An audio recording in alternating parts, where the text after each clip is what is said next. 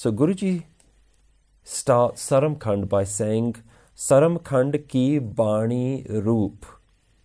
So here we can say Saram means endeavor, the right action, the right effort.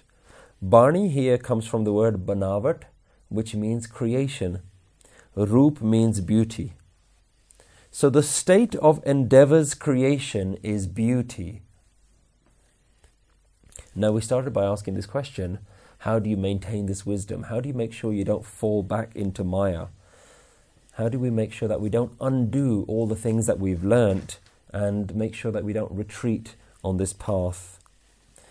Guru suggests that we need to make some sort of effort. We need to have a discipline. We need to do the right things. We need to live a certain way. And this is Saram Khand, this kind of living with this effort. And one thing to notice is that the Gurus within the Sikh tradition have always given wisdom and combined it with a practical lifestyle. So this is a very holistic way of living. It's not theory, it's not theology, it's not just philosophy. This is something that we can live and practice. So what do we mean by effort? Effort to do what? What sort of effort is needed to maintain this wisdom? And more importantly is, why do we need the effort? Why do we need the discipline? Isn't the amazing wisdom that we get from Gyan Khand enough? Now, knowledge can be valuable, and the experience that we get from alleviating our consciousness from this individual thinking to this more universal consciousness can be something that's life-changing for all of us. It can heal a lot of us. It can change and transform our lives, fix a lot of our mental health issues. But Guru doesn't want you to just have a one-off experience. Guru wants you to maintain this experience. And what Guru says is that the outcome of all of this discipline is that something is created that is utterly beautiful. At the end of Saram Khand, what is created is beauty. So, Saram Khand ki Bani Roop, the creation of Saram Khand is something beautiful. Tithe Kadat Kadiya Bahut Anoop. So we've seen this word Kadat Kadiya before, which is forming and creating. That which is formed and created is Bahut Anoop, utterly incomparable. So what's Guru talking about here? In the last verse, in Gyan Khand, Guruji said, Kete barme kadat kadiye roop rang ke ves. So many Brahmas forming and creating forms of many colors and shapes. So in that state, it's all about being in awe of the universe, looking at the whole universe and how radiant and wonderful and beautiful it is. And everything seems to be in this kind of divine harmony and perfection. So in the state of Gyan Khand, you're looking at the wonders of creativity everywhere. But in the next state, something is created that is even more beautiful than that. It's sublime and incomparable beauty. So what is this something that's being created that's so beautiful? In the next line, Guru begins to offer us a clue. Takiya galla kathiya na jahe, je ko kehe piche pachtaye. The description of this cannot be expressed. If one describes, they retract and repent. So, as the description of the path of spiritual development, the spiritual progression, as Guruji continues to describe this level from one to another, the expression of it becomes more difficult to do. And Guru says that it cannot be spoken of. That thing that I'm describing can't be spoken of, because as soon as I describe it, I'm going to regret it. But Guru has already begun describing, and in the last two verses, in the earlier Khands, what Guru has done, we've seen, is that Guru, through the use of the language in the Khands, has pointed to other Baniya and has shown us that there is something else that I've already talked about. We've seen that in Dharam Khand and we've seen that in Gyan Khand, where the Guru uses specific words and specific arrangement of words in his language to point to other verses. Now we can see here Guruji has done exactly the same thing. The lines that we've just read, Taakya Galla Kathya na Jahe, and more specific, the second line here, Je ko kahe piche pachta hai. This line is spelt exactly the same. The entire line is spelt exactly the same as it appears in Pauri 12. Manne ki gat kahi na jaye. The accepting one's status cannot be described. Je ko kahe piche pachta hai. If one describes, they retract and repent. So Guruji, although he's saying I can't describe it, the way he is describing it has now pointed to the Manne Shabads. In fact, the very beginning of the Manne Shabads. So the Manne Pauriya began at number 12 and went all the way up to 15. So we saw 4 Pauriya, we saw 4 verses that were all about people who had suniye, they'd listened to the Guru's instruction, they transformed their thinking, they transformed their minds to now accept and follow the Guru's instruction. We can deduce that this third stage of endeavor is about training and transforming the mind. And Guru is saying here that one who's transformed their mind, their status cannot be described. This level that the mind can get to cannot actually be described. And Guru says exactly the same thing in the Manne Shabads. Manne ki gat kahi na jaye. The state, the status of the Manne, the people who have transformed their minds and accepted the Guru's way, Jeko kahe piche pachai. So the gat in Manne is Saram Khand. When Guru says Manne ki gat, the level the Manne get to, that cannot be described. What Guruji is pointing to is Saram Khand, and Saram Khand Guruji is pointing back here to these Manne verses. So with Saram, with this discipline, with this continued effort, the mind can be transformed into something of incomparable beauty. The ecstasy of your own consciousness is what Guru is talking about, is beyond comprehension and beyond expression. And what Guru is saying is that if you were at that level, your very attempt to try and describe it to someone who doesn't know that experience will be one that you yourself will regret, because there is nothing that you can say to someone who hasn't tasted that experience. So your attempt to explain this will be an utter failure.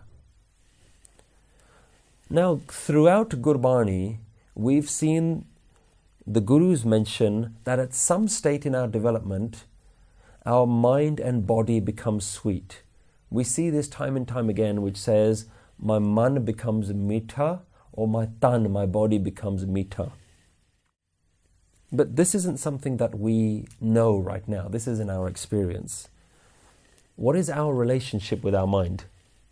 Even though we've built a very close relationship with our mind, we've built a very close dependency, a friendship you may call it, with the mind, we're also always battling with our mind.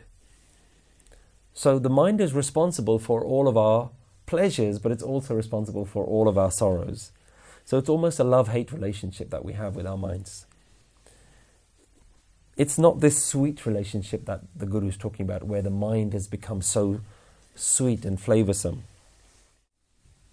So what we can see is right now, the relationship that we have with our mind needs to be elevated. There's something more, there's something better out there that the Guru says is possible. So we need to raise our mind, our consciousness, our thinking, our awareness. This needs to be elevated. And Guruji confirms that we are actually talking about the mind here. In the next line, it is the mind that is being described as something that becomes incomparably beautiful. Tithe kadiye surt mat man buddh. There, the awareness, identity, and intelligence in the mind gets shaped. So Guruji, time and time again, is starting to use this word kadiye. And the word kadiye implies something that's being grinded, something that's being mixed and churned, and eventually it's broken down and then remolded and reshaped. That's what this word kadiya means. So you take something and you break it down, you grind it, and then you mold it into a new shape. So what is it that's going to do that? It's your effort, it's your discipline that's going to do that. With discipline and effort, the mind gets broken down, retrained, and then transformed into something new. Your intellect grows, your mind expands, your wisdom increases, and your awareness intensifies. Now, interestingly, if we were unsure whether Guru was using Saramkhand to point to the Manne Pauris, we can see here again in these lines, Guru has used exactly the same sentence structure as he does in the Manne Pauris. Now he points to the second Manne verses. So here he says, Tithe kadiye surt mat man buddh. And in the beginning of the 13th Pauri, which is also the next Manne verse, Guru says, Manne surt hove man buddh, manne sagal pavan ki sudh. So by accepting our awareness and intelligence within the mind occurs, manne sagal pavan ki sudh, and by accepting we get all knowledges of the world. So it's very clear that Guru is now making a connection between the Saramkhand and the Manne Pauris. Tithe kadiye sura siddha ki sudh. So here in this stage, in this third level of that spiritual progress, what is being churned, what is being ground down, your surti, your awareness, your mat, your identity, and intelligence within the mind, man, buddh. Tithe kadiye sura siddha ki sudh. And there it's ground so much and it's remolded and reshaped so much that you get, the mind gets churned and gets to know the sudh. The sudh means the information of the gods and the siddhs, the ones, those meditators with those great spiritual powers. There the mind gets churned and gets to know information of the demigods and the meditators with spiritual powers. So your mind is now so refined, so perfectly tuned, you know what it means to think like a devta. You know what it means to become a devta, what it means to become one of these siddhs. You know what it is that those have gone through. When you yourself have demonstrated this ability to control your mind, to restrain your mind, you now transcend what it means to be an ordinary human being. The ordinary human being is led by the mind. The mind is the master, we are the slaves. Here, it's like training the mind, the way that you would train an animal. You continually do the same routines again and again so that the mind now begins to follow that it now serves you. So discipline is the thing that you've used, and now you've transcended what it means to be an ordinary human being into what can only be described as superhuman. Not because you have some sort of superhuman physical powers, but because your mind has been transformed. You've controlled your mind so well. So this is where now that gyan, that wisdom that you have within yourself, now becomes part of your external daily practice. Your inner world now combines with your outer world. So there isn't this disparity between the two.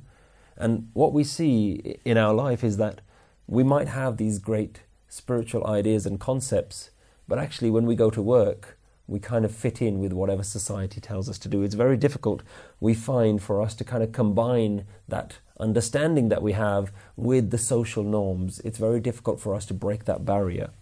But when we become so comfortable with our own minds that our mind becomes expressed through the way we live, through the way we talk, through the way we act, that the inner world and the outer world now begin to combine.